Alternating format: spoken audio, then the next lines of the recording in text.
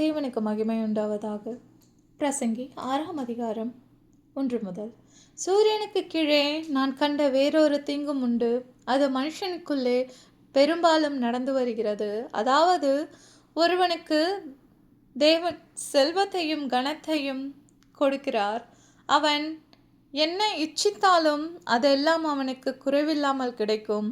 ஆனாலும் அவைகளை அனுபவிக்கும் சக்தியை தேவன் அவனுக்கு கொடுக்கவில்லை. அந்நிய மனுஷன் அதை அனுபவிக்கிறான். இதுவும் மாயையும் கொடிய நோயுமானது.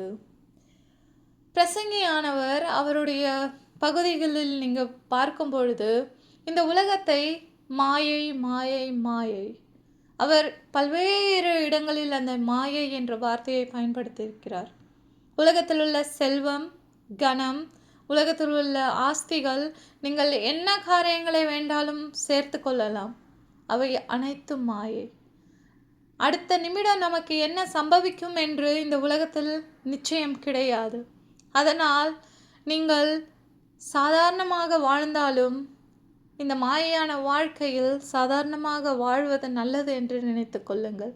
தேவன் சில காரியங்களை நமக்கு கொடுக்கவில்லை என்றால் நல்லது என்று நினைத்து கொள்ளுங்கள். ஆஸ்தியும் அந்தஸ்தும் ஒரு மாயையானது.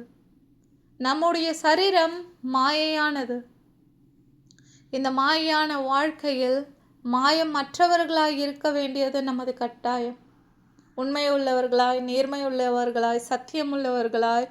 அதனால் இந்த உலகத்தில் மாயையான காரியங்களை ஒதுக்கிவிட்டு, இந்த உலகத்தில் இந்த உடலின் வெளி அலங்காரங்களை ஒதுக்கிவிட்டு, இருதயம் உள்ள அதை அலங்கரியுங்கள். உங்கள் பேச்சினாலும், உங்கள் நடக்கையினாலும், உங்களுடைய செயல்பாடுகளினாலும் அதை அலங்கரியுங்கள். அதுதான் தேவனுக்கு பிரியமாக உள்ளது. இந்த மாயையான எல்லா காரியங்களும் அது இருந்தாலும் அதை அனுபவிப்பதற்கு நாம் இருப்போமா இல்லையா என்று நிச்சயம் கிடையாது.